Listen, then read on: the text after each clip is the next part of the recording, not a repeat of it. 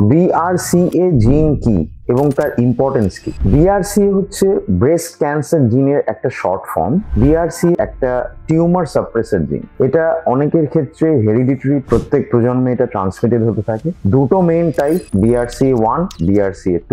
এই BRCA mutation থাকলে কিছু ক্যান্সার হওয়ার সম্ভাবনা অনেক বেড়ে যায়, যেমন ধরুন ব্রেস্ট ক্যান্সার, ওভারিয়ান ক্যান্সার, ছেলেদের ক্ষেত্রে প্রস্টেট ক্যান্সার এবং কিছু কিছু ক্ষেত্রে প্যানক্রিয়াটিক ক্যান্সার। যাদের BRCA1 আছে তাদের ব্রেস্ট ক্যান্সার হওয়ার সম্ভাবনা অলমোস্ট 80%, ওভারিয়ান ক্যান্সার হওয়ার সম্ভাবনা অলমোস্ট 40%। যাদের BRCA2 তাদের ব্রেস্টের সম্ভাবনা অলমোস্ট 40 to 50%, আর ওভারিয়ান ক্যান্সার হওয়ার সম্ভাবনা হচ্ছে 20 to 30%। BRCA জিন টেস্ট করার উপায় একটি ব্লাড টেস্ট, সিম্পল একটি ব্লাড টেস্ট, যেটা দিয়ে BRCA অ্যানালাইজ করা যায়। কাদের করা উচিত?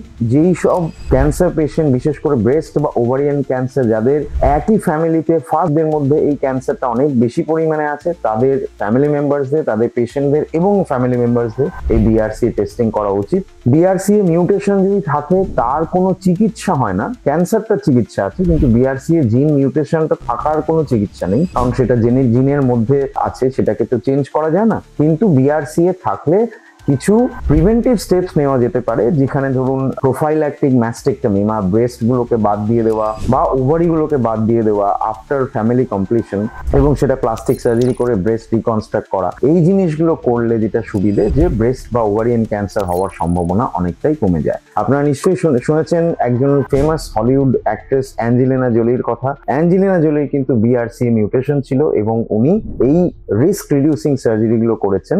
তাতে কিন্তু ওনার এবং যেই এটা করুক তার অনেকটাই ক্যান্সারের ইনসিডেন্স কমে যায়। নমস্কার।